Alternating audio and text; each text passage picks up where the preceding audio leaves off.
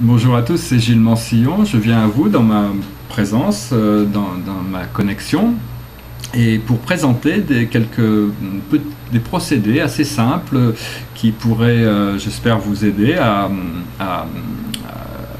rendre votre vie plus confortable. Bien sûr, ces procédés ne sont valides que si vous les sentez qui ont un aspect positif pour vous, et puis si vous les pratiquez, parce que la vie est un procédé, la vie c'est quelque chose, c'est un procédé qui tous les jours recommence, et donc bien que ça soit nouveau, on reste quand même sur les programmations anciennes, et donc c'est à nous de transformer, de choisir quelque chose de différent par rapport à ce qu'on a besoin d'évoluer. Et le premier procédé, c'est de comprendre que c'est quelque chose qui est valide aussi bien pour la spiritualité que pour le monde des affaires ou le monde social. C'est-à-dire que on a deux yeux, deux oreilles et une bouche, donc c'est-à-dire qu'on doit passer 20% de temps à parler et puis 80% de temps à écouter et regarder. Donc c'est de vraiment être attentif à tous les détails, parce que les détails sont très importants, et donc des fois en changeant un simple petit détail de notre vie, on change tout l'aspect de notre vie. Donc c'est vraiment regarder, être attentif aux détails. Également de comprendre que on peut observer ses pensées, observer ses émotions, mais nous ne sommes pas nos pensées, nous ne sommes pas nos émotions, nous ne sommes pas notre corps physique. Tout ça ne sont que des instruments spirituels qui nous sont prêtés pour notre expérience sur Terre. Et donc les pensées sont un peu comme des feuilles d'un arbre. Si vous êtes un arbre, les feuilles ne sont pas l'arbre, les feuilles sont juste une forme temporelle que l'arbre prend, puis après qui décore l'arbre, mais qui finissent par tomber, et de nouvelles feuilles arrivent. Donc ces pensées sont vraiment... et donc bon, quand on a des pensées qui sont positives, il est bien de les nourrir avec des émotions positives. Mais si nous nous retrouvons à avoir des pensées des fois négatives ou des pensées lourdes, il faut absolument pas, il faut vraiment... C'est des choses égocentriques, il faut absolument s'arrêter et penser à autre chose, penser à quelque chose de plaisant, ou penser à concentrer votre énergie sur votre souffle, sur votre ascension, sur votre source, sur votre créateur, sur vos guides, sur vos rêves, sur vos espoirs. Donc c'est très important de ne pas laisser les pensées négatives, ne pas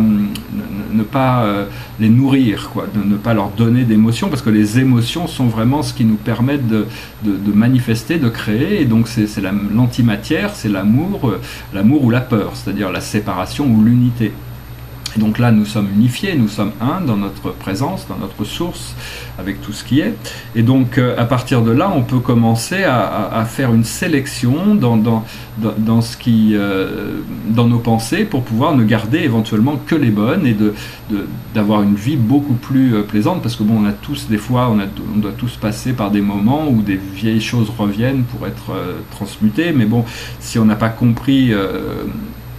si on réagit de la même manière dont on avait réagi à l'époque, ça va revenir jusqu'au moment où on arrive à changer notre attitude, à nous libérer de ces choses qui nous retiennent à cette illusion terrestre. Le deuxième exercice que j'aimerais proposer, c'est un exercice qui avait été présenté par un archange, je crois que c'est Uriel qui l'a présenté, qui est vraiment très très puissant. Et c'est un exercice tout simple qui adresse l'idée de quand nous avons une maladie ou une douleur dans le corps physique, ça a tendance à prendre par-dessus tout le reste, et notre focus, notre attention est complètement focalisée sur le problème. Donc c'est les moments où, à ce moment-là, ce qui est pour aider la guérison, pour passer par-dessus le problème, c'est de remercier son corps pour tous les systèmes qui fonctionnent. Parce qu'il y a un nombre incroyable de systèmes qui fonctionnent pour que le corps physique fonctionne. Et quand il y en a un qui ne fonctionne pas, notre système nerveux nous informe de cette dysfonction. Mais en envoyant de la lumière et de l'amour sur tous les autres systèmes qui fonctionnent, avec gratitude, pour remercier notre corps physique de ce qu'il nous apporte, tous les autres systèmes peuvent se mettre ensemble, collaborer pour réparer, pour réharmoniser la dysfonction ou le problème qui a pu se paraître, qui fait qu'on a une dysfonction physique ou une douleur physique. Puis bon, il ne faut pas non plus s'attacher trop aux douleurs physiques, à moins d'avoir un problème sérieux. À ce moment-là, il faut trouver un moyen de l'adresser à travers les plantes ou à la médecine. Enfin bon, ça c'est... L'aspect psychologique, si vraiment vous avez un problème, il faut quand même essayer d'avoir l'information à travers les systèmes médicaux. Mais enfin bon, on a quand même tous les solutions de nos propres maladies, de nos propres problèmes à l'intérieur de nous, car ce sont des choses que nous avons créées nous-mêmes pour notre évolution. Et donc voilà, c'est vraiment à travailler avec ces systèmes d'énergie il y a toujours un grand nombre d'énergies qui fonctionnent pour que le corps physique fonctionne, et donc quel que soit le problème, il est en réalité pas très important par rapport à tous les autres qui fonctionnent. C'est juste que notre attention est généralement focalisée sur le problème, et donc c'est arriver à en sortir pour arriver à ramener les éléments en harmonie.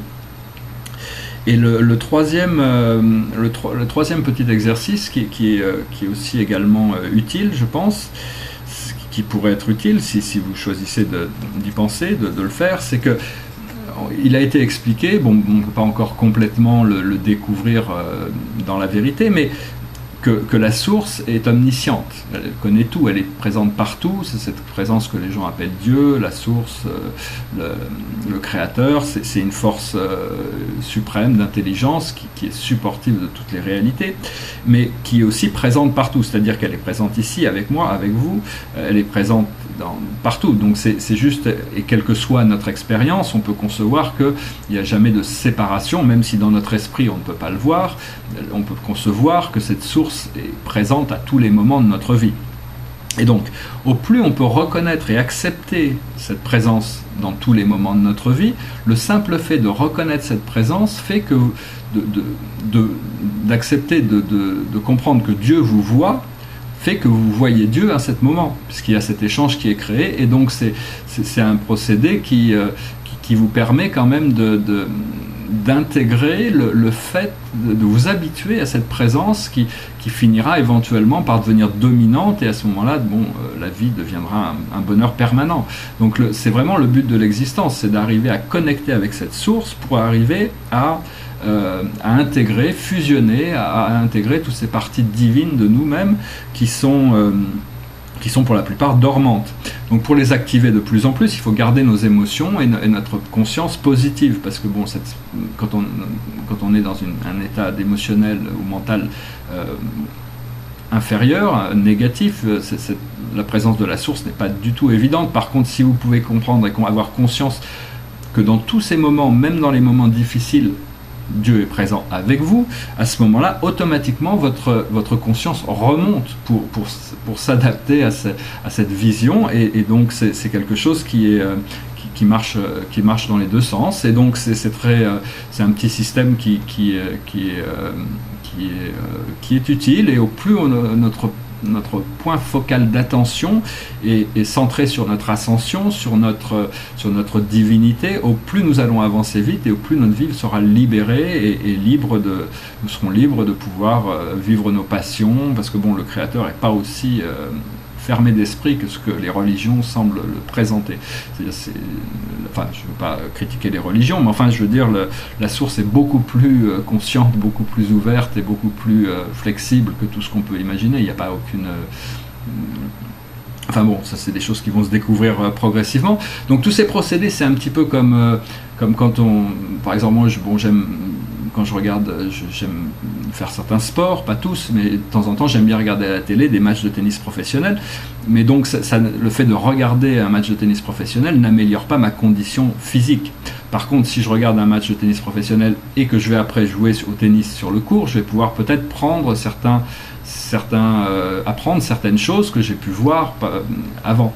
Donc c'est un peu de la même manière avec tous ces procédés spirituels. Le fait d'en entendre parler ne nous avance pas, ça nous rend juste connaissants d'un procédé, mais à partir du moment où on arrive à l'intégrer dans notre vie, il commence à nous affecter de manière positive, et donc c'est vraiment important de choisir des procédés qui soient confortables pour vous, mais qui montrent quand même des résultats et qui vous permettent de sentir que vous avancez dans la direction qui est voulue et qui vous apporte du bien-être. Voilà, je vous remercie, je vous souhaite une excellente journée. Si vous avez des questions, des commentaires, ou si vous avez des choses vous aimeriez me voir parler de certaines choses, de discuter, d'aborder certains sujets, n'hésitez pas. Je ferai de mon mieux pour en discuter. Et puis j'espère que tous ces procédés vous aideront à vivre une vie plus heureuse, plus joyeuse et plus connectée dans cette vie éternelle que nous partageons. Merci. Namasté. Au revoir.